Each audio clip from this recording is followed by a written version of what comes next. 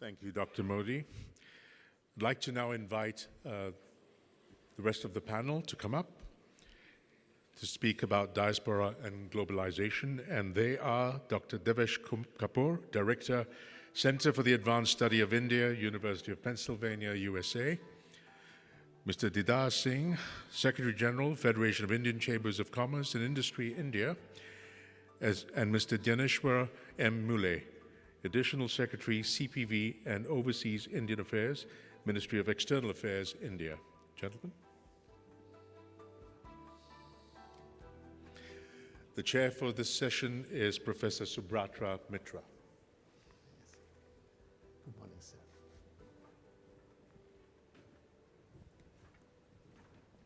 It's okay?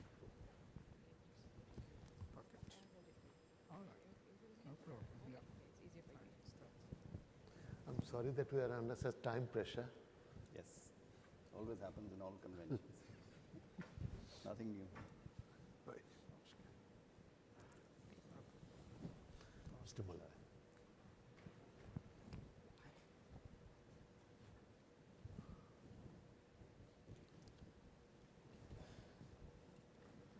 I have already introduced our speakers on this panel. I would now invite Professor Devesh Kapoor, our first speaker, to take the floor.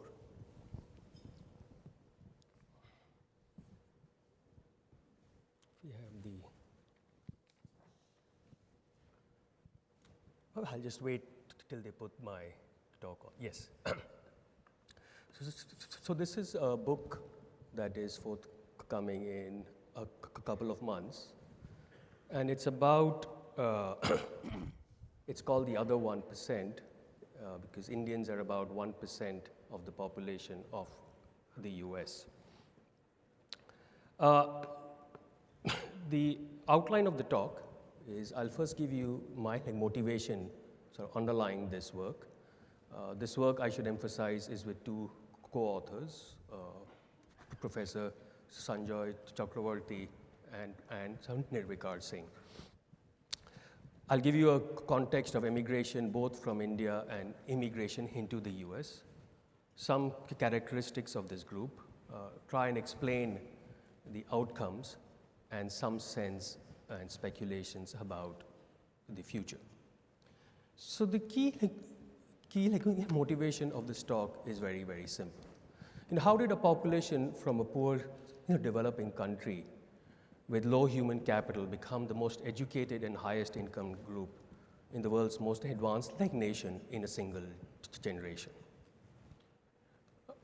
This is essentially is what this book tries to understand and to explain.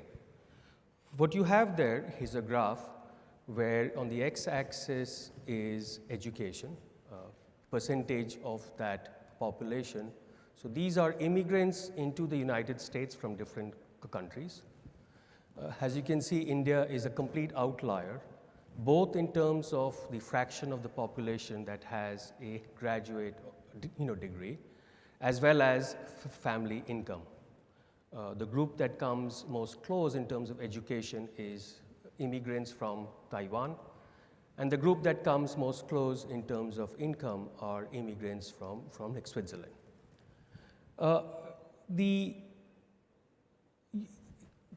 Given that India itself is relatively poor, incomes in India now are what the US had around World War I, right? So exactly about 100 years ago. And yet Indians in the United States have by far the highest income and education. And how did this happen? So just to give you a very brief context. If you look at the top countries of origin of highly educated migrants that live in rich countries, basically the OECD countries, in 2001, actually, it was migrants like from the UK, which were the largest number of highly educated migrants. And by 2011, India had emerged as the #1 country. If you look at where this Indian-born population lives, now it's highly concentrated in Anglo-Saxon countries. People born in India are the largest migrants in the United Kingdom, in Canada, the second largest in the US, third largest in New Zealand, fourth largest in Australia, and even in Ireland, they are in the top 10. If you look at immigration like to the US, as some of you know, that's persons obtaining legal permanent resident in the United States over the last 200 years. And you can see you have this jagged saw. Immigration rises, there's a backlash, it stops, again rises, again backlash, again stops. Late 19th, early 20th century was a massive increase, a big backlash, it stopped for 50 years.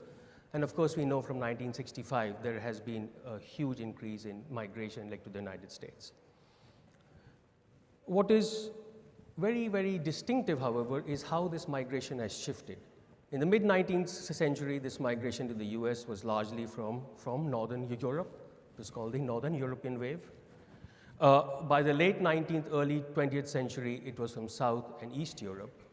You can see the fraction coming from Europe dropped from 82 to 26 to barely 12% now.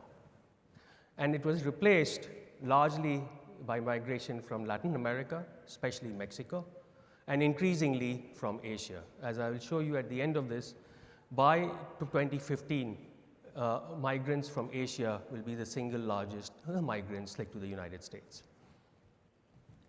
Just a brief timeline. So exclusion against Asians begins with the 1882 Chinese Exclusion Act. Basically from 1917, when you have this Asiatic barred zone, which is what the act does, it bars any immigration from the region highlighted in green. And this does not change till after World War II. What you see is the size of this population. By 1900, the population is barely 2,000. By 1960, it's barely 12,000. From 1970, it's been doubling every single decade. Now, the great pivot is the Immigration Act of 1965, which was really a product of both the Cold War as well as the Civil Rights Act of 1964. And when the act was being debated in Congress, the Secretary of State was asked, what will happen? Will all these Indians start to come in? And he said, maximum we'll get about 1,600 people per year. By 2014, it was 1,600 people every week. The stylized facts, this group, basically there are so three phases, what we call the early movers, which is about 1,000 a year, the families, which is about 2,500, about 30,000 per year, and the IT generation, which is in the last 2 decades, which is about 100,000 per year. This graph, which is a little complex, but basically what stands out here is what changes in phase 3 is the number of people who come in under employment-based visas. And that's really the IT generation under a visa called H-1B visas. Of the million-plus H-1B visas issued by the United States since about 2000, half, about 52%, have gone to people from India. In 2014, India was the largest source of new immigrants to the US and the second largest source of total immigrants. Of the 1.3 million foreign-born individuals who moved to the US, India, China, and Mexico now was actually number 3. And this was the overwhelming source of migration. In 1990, the Indian-born were not even in the top 10 of the foreign-born in the US, and now they are the second largest. What are some characteristics of this group? One is, if you can see the graph, which is a bit small, about 60% are born in India. About 12% are born in other countries, Caribbean, England, in other countries of South Asia, and in East Africa. And about 28% are born in the US, which is the second generation. They are outliers in several ways. They have the highest levels of education and income, not only of all foreign-born groups, but any native-born group in the United States. They are the most concentrated group in one single sector, which is tech work in IT and computers. They are distinctive in their immigration status. It's employment-based rather than family-based. And Indian-born and US-born Indians in the US Census are two very distinct populations. 5 out of 6 of US-born Indians are below the age of 25, and 5 out of 6 people born in India in the US are above the age of 25. Surprisingly, 55% of all Indians in the United States have arrived after 2000. It is a very young immigration population. The Indian-born and US-born Indians are different from not only each other, but also from all other groups. If you see in the second graph, which is college degree, if you see 67% or 68% of Indian-born living in the US have a college degree, whereas barely 8% of people in India have a college degree. And this really shows you the very select migration. The US-born of Indian origin, 16% have degrees, but that's because most are below 25 years old. Now you can compare the Indian-born living in the US, about nearly 70% have a college degree, whereas the US population as a whole is barely 20%. So this is the most selective migration in the United States in its history.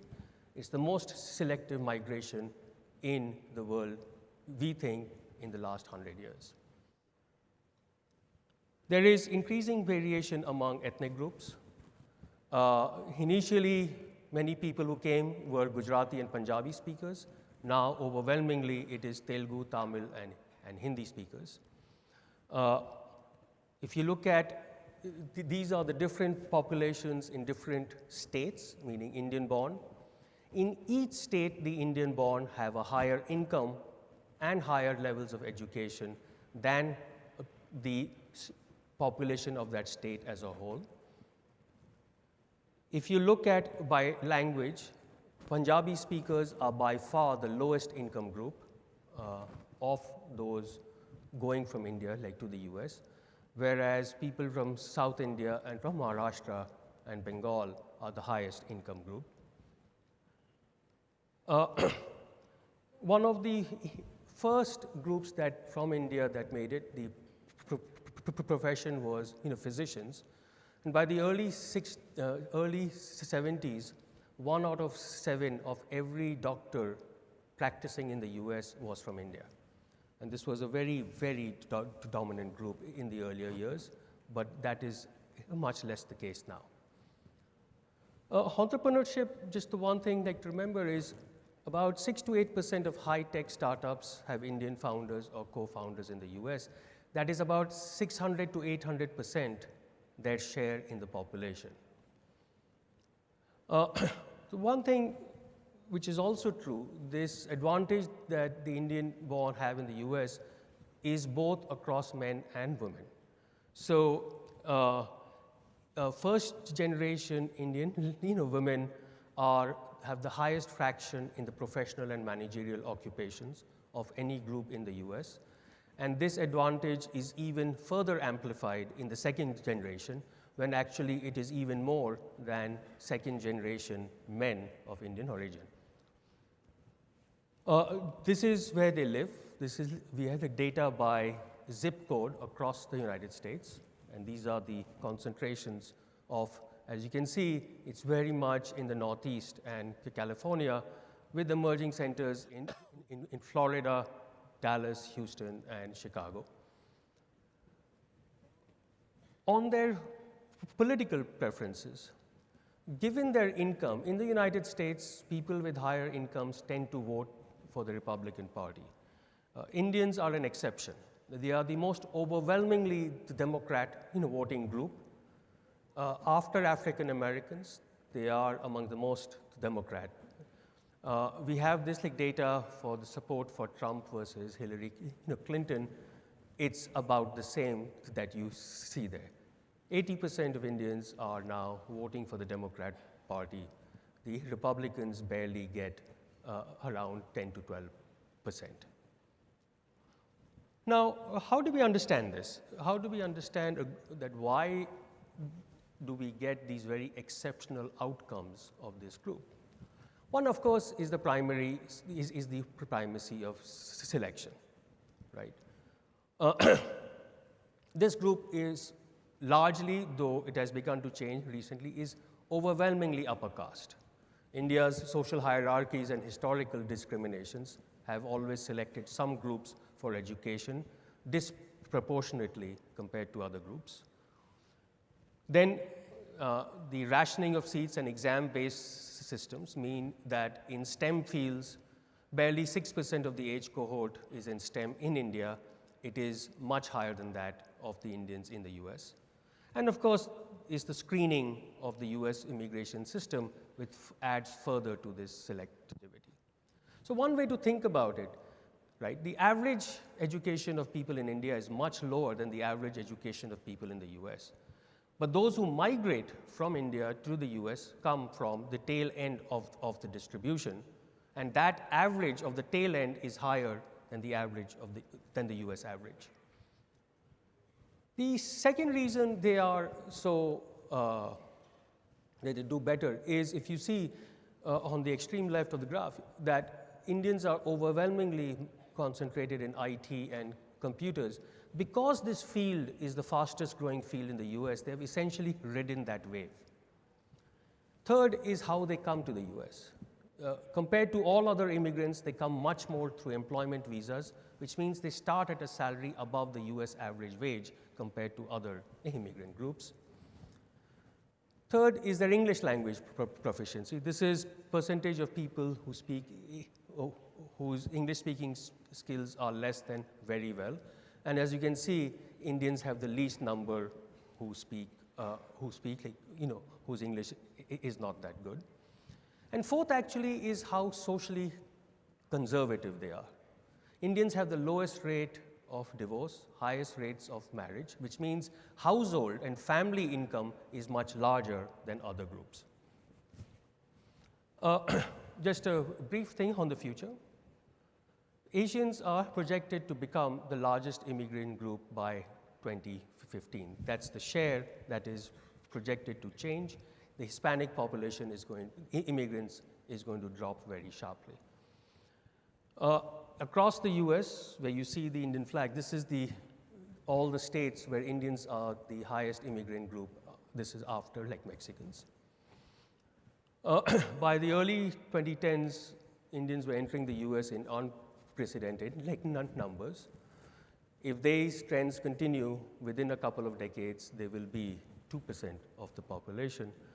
But I think, given current politics, there's much more uncertainty, so the future is hard to say where it's likely to go. Thank you. Thank you very much, Professor Kapoor. I'll now invite Dr. Dheeraj Singh to address us. Thank you.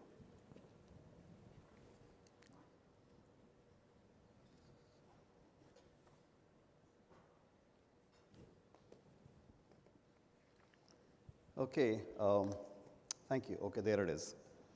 First of all, it's a pleasure being here. This is the second time I'm here. And as always, the interesting part about this particular convention is that not only is it a convention about the diaspora, it's a convention of the diaspora. And I think that is what differentiates this from the usual migration conferences that happen around the world. So it's a real pleasure being here. I'm going to concentrate a little bit on the politics of migration, which incidentally is my latest book. This is about the diaspora and how the world sees it.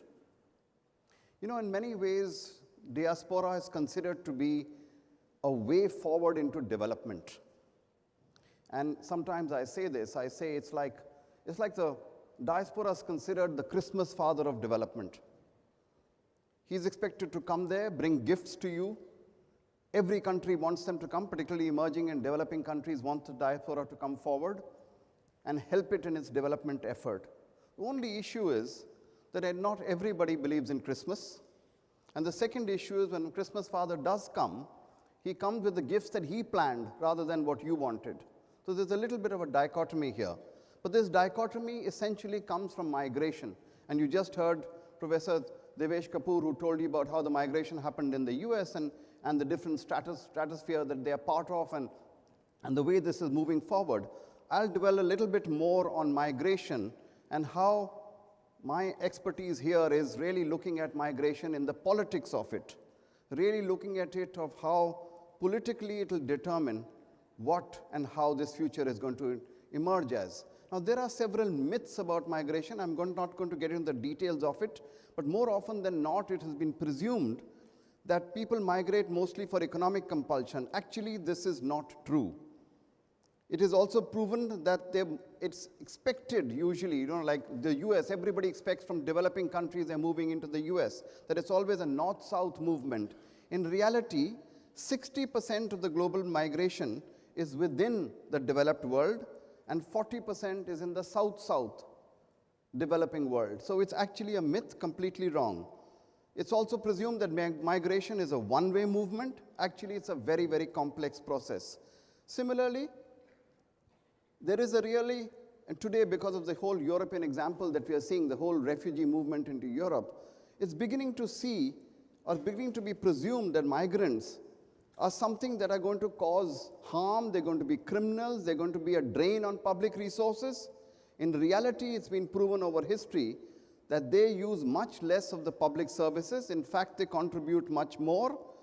And even those that are actually there are there for economic reasons and really add to the development of that country itself. So this business, this fear that they will not integrate with the host society is actually completely wrong. And you've seen it here in Singapore. You've seen it, the tremendous integration that has happened that actually leads to the development of the country as a whole. Now, I will just talk about Indian diaspora and the Indian migration. There are two business aspects of it that we need to look at. And we need to look at US, which was just presented to you. And we also need to look at, I've given an example of Saudi Arabia. So that shows you the difference of how this has actually happened. Historically, we know that really we consider our migration from the indentured labor time, which is about 200 years. And then comes the Nehruvian era, where it's more a question of non-inclusion in the foreign policies. Nehru and the people at that time did not wish to integrate the diaspora into foreign policy. And then comes the Indira Gandhi era, where there are minor deviations on it, but basically that it remains the same. And then finally, we have Narasimha Rao government, basically the 91 reforms. The 91 reforms changed the way we looked at our diaspora. There's a discernible shift, and the extensive reforms that happened with it link up and actually invite the diaspora to become part of investors in India to help in the development of India as a group that could come back and integrate with India. And presently, of course, we have a very proactive engagement that we are all very much aware of. For Nehru, one of the reasons for the diaspora's exclusion was the perception that expatriate community had left their home and that they were therefore seen as not loyal to their motherland. Those that returned were seen as returning for their own benefit and not for the benefit of the country. Similarly, we see this change now happening, as I've just outlined for you, from indifference and myopic reactions to the basis of overseas development. We now have a discernible yet organic shift in policy towards the diaspora. In fact, diaspora engagement is now seen as an integral part of foreign policy. And you have the additional secretary from Foreign Ministry who's going to be speaking a little bit more about how this has actually happened. So if we look at Indian diaspora policy, we will notice that it's been flexible. It's something that has actually brought political rights to the fore. You know that India doesn't believe in dual citizenship, but it has given to persons of Indian origin, it's given virtually all the rights except that of voting. And for NRIs, of course, it has given also voting rights for them to be able to take part in the Indian political process. There are a large number of special property rights and other incentives that are given. There's also portable benefits in insurance, etc. And general laws are something that both persons of Indian origin and Indians can take part in foreign direct investment. There is a special area and a special rulings for NRIs and persons of Indian origin. So if we look at this, we will see that there's a fairly impressive mark sheet of Indian strategy exhibiting a matured and well-developed policy framework that has evolved over the years. Analysis of the 6 actions of facilitating diaspora engagement. In the IOM did this study, it was actually Newland who did it in 2012, actually shows that every aspect of what is required for facilitating diaspora engagement, India has actually done. And Indians in the US, you just heard about it. They are low profile, but almost invisible community, but have become the model community over time. And if you look at this, why has this happened? We must understand and we must realize this. One of it, as Devesh just mentioned, was US immigration policy itself. The US is a democracy, and therefore it gave rights to persons who enter it. And here's where the debate on citizenship comes up. Will we give citizenship rights to persons who come to us as migrants? That has to be consistent. It also has to be consistent with India's own evolving diaspora management strategy and engagement strategy from 47 to the present. Both these two things have contributed. And finally, of course, the Indian economy, which, as we all know, is today a shining example of how an economy can do well. And you will therefore see that India is today recording the world's highest return migrants. 100,000 professionals and workers come back to the Indian economy every year. Why is it? Because the economy is doing well. So actually the diaspora, which are economic migrants, are really looking for the right place where they can enhance their skills and work on it.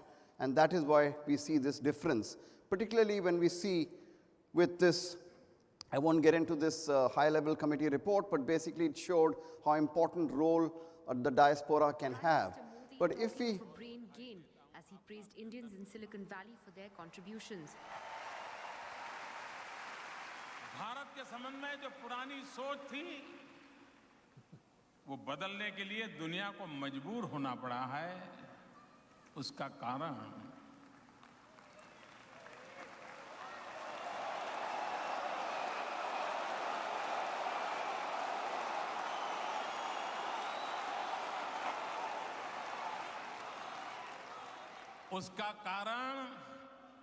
आपकी उंगलियों की कमाल है।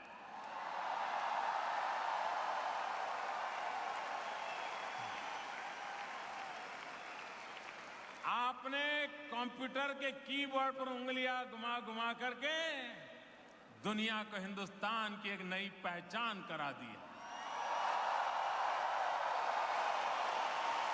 As the crowd cheered him on, the Prime Minister asked for a certificate on his promises. आज 16 महीने के बाद मुझे आपका सर्टिफिकेट चाहिए।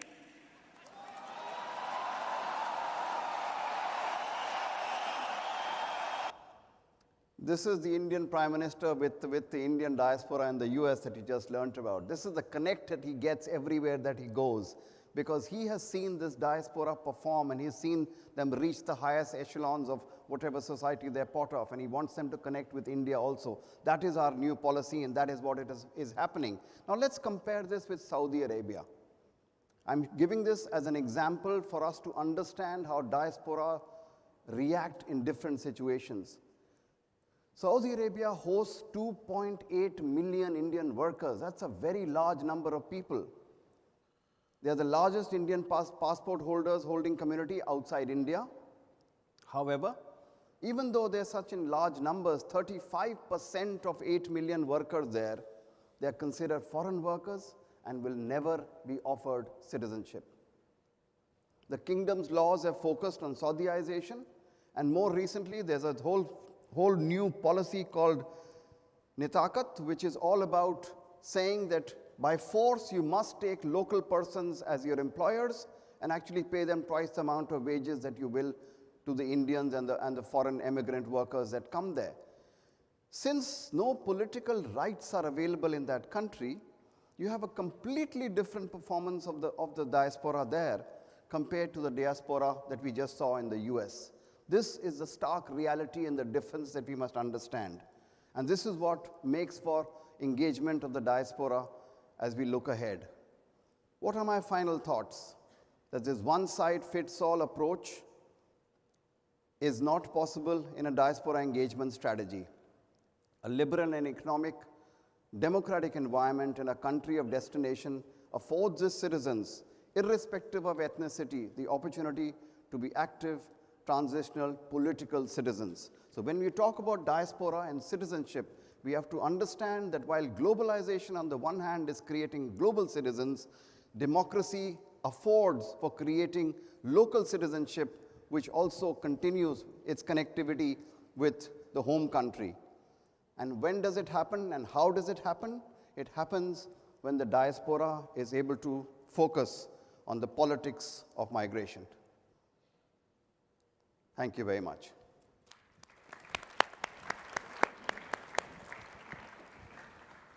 Dr. Didar Singh, thank you very much for that extremely well illustrated lecture and your ideal time management. Our last speaker on this panel is Mr. Danesh Mullah, who will talk about India's actual engagement with the diaspora. Thank you.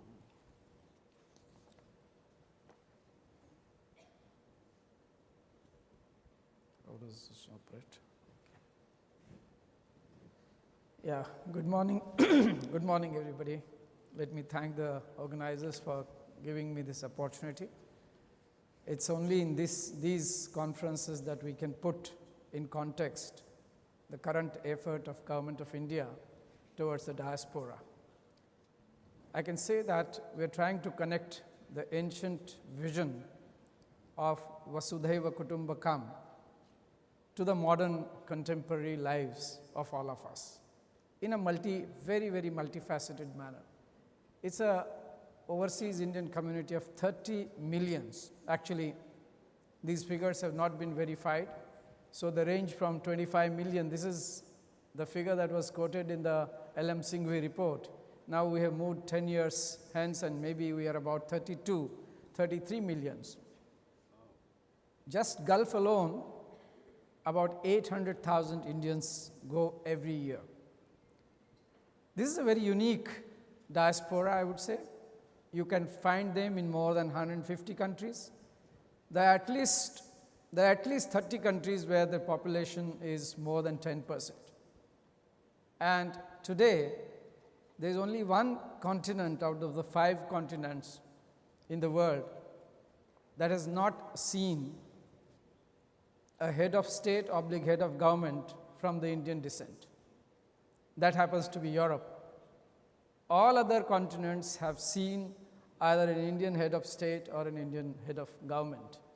I don't think there is this distinction that we can credit with any diaspora anywhere in the world.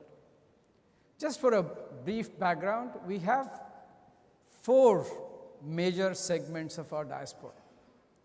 I'll start from the so-called least recognized of them, the people who go to the Gulf. As Shri Didar Singh said, they are a significant chunk of our population, about 700,000 to 800,000 people.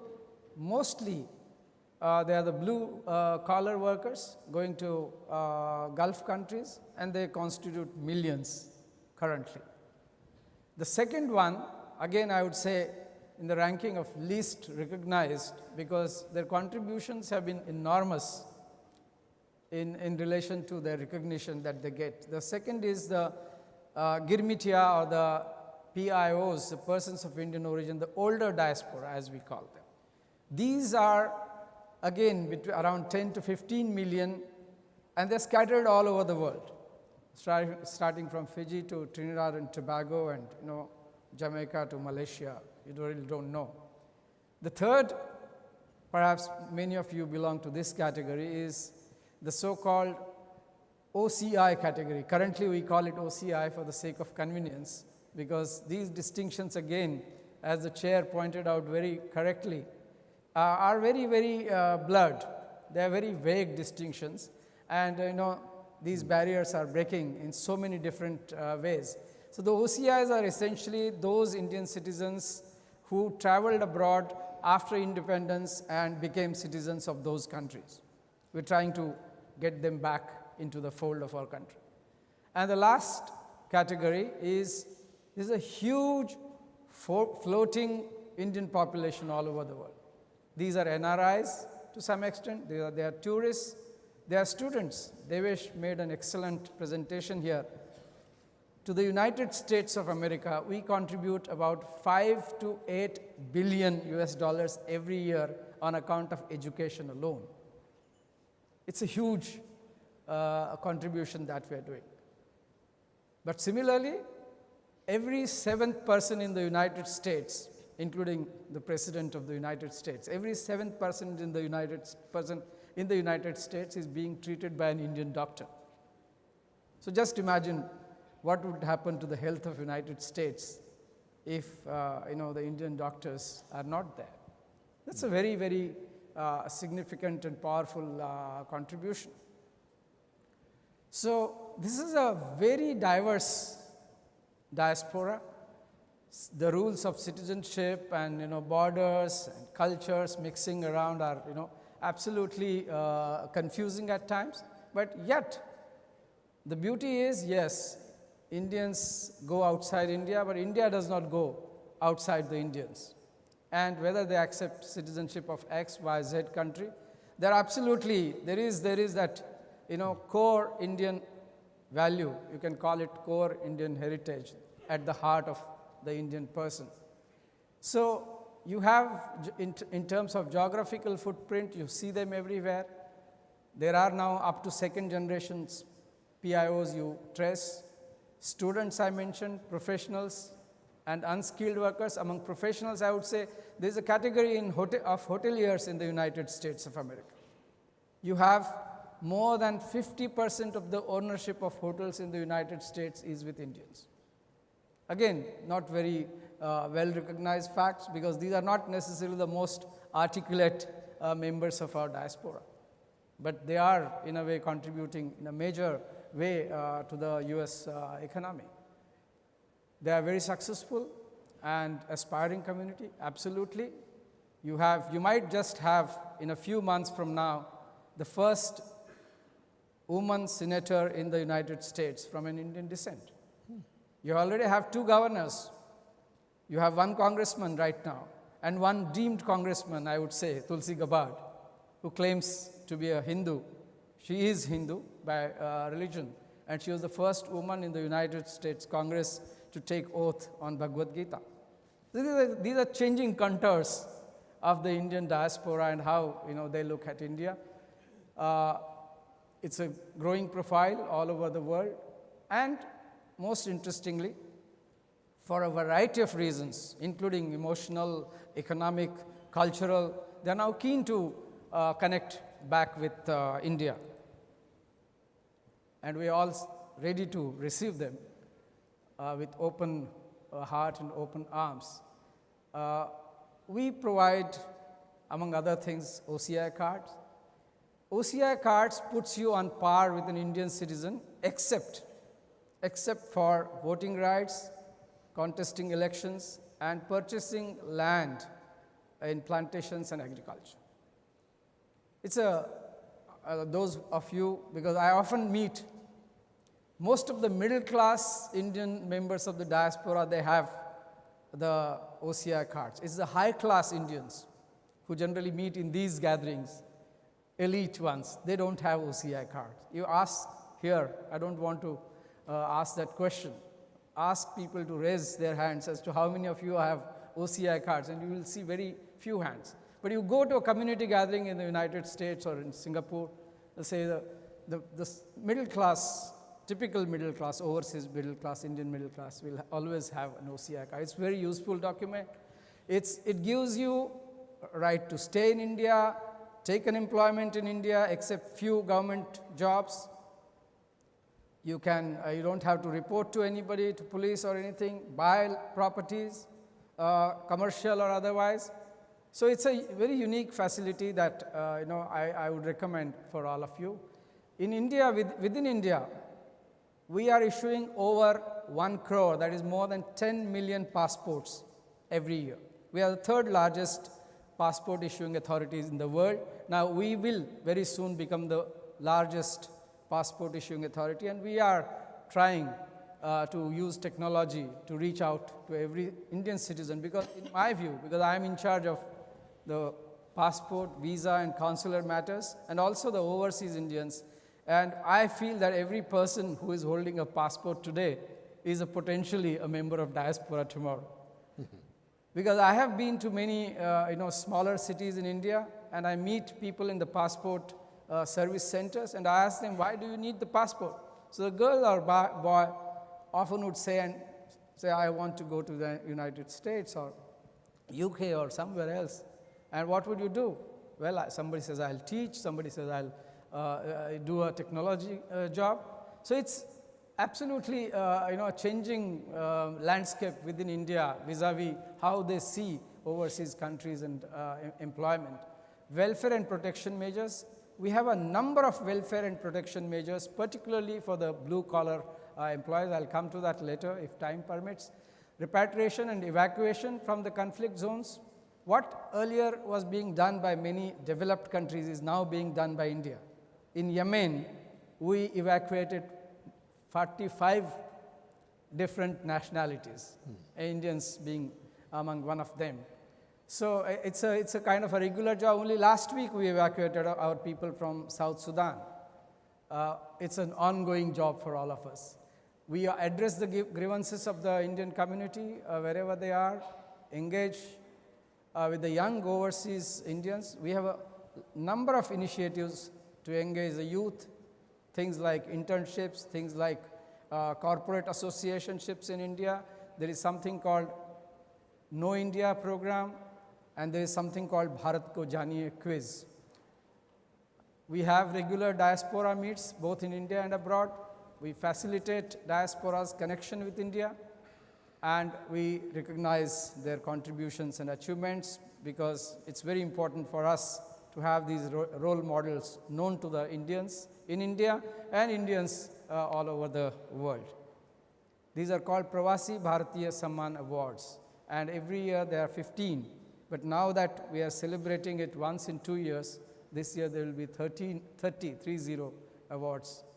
They're called Pravasi Bharatiya Samman Awards. Know India program is for the youth. This is all the engagement that we have for the youth. There is scholarship program, 150 scholarships we give, out of which 50 are reserved for children of workers working in the Gulf, but left behind in India because of primarily economic reasons. We have a compulsory insurance for those blue-collar workers. Bharat Ko Janiye quiz program for overseas Indians, wherever they might be. Youth Pravasi Bharati Divas, a dedicated youth day is there during our annual or biannual convention, and I encourage the youth to come and join us there. We have internships for young PIOs when they wish to go to India. Very popular India Fellows program for PIO entrepreneurs in collaboration with ISB in Hyderabad. Indian missions and consulates, they constantly engage with the diaspora. I'm sure our able High Commissioner who is here is also doing the same. Diaspora, you have seen just now Mr. Didar Singh's clipping of our Prime Minister. We have this approach now of bottoms, top down and bottoms up. Top down is where our Prime Minister and our Foreign Minister, they are our brand ambassadors, so to say.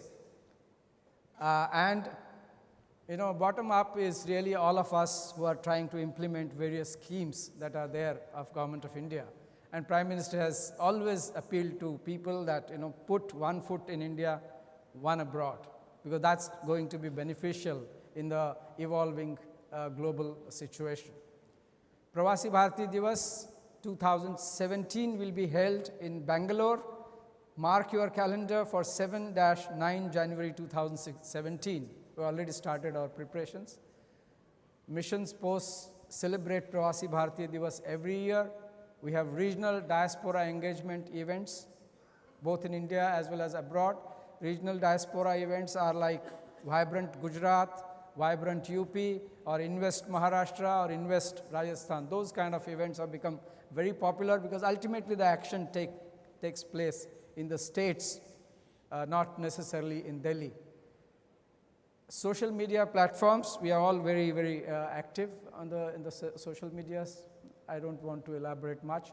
ICWF is Indian Community Welfare Fund, through which already more than 80,000 people all over the world have benefited. These are people who are distressed. They might be labor, they might be distressed women, they might be trafficked Indian individuals and other such class. Repatriation to India, we allow what? We really do it as a regular matter. Regulating overseas employment of ECR workers. We have a technological platform called eMigrate, whereby we get all the data related to foreign employer, particularly in the Gulf countries. Every worker is registered, his details are registered, and we sort of monitor so that his welfare is taken care of and his security is taken care of.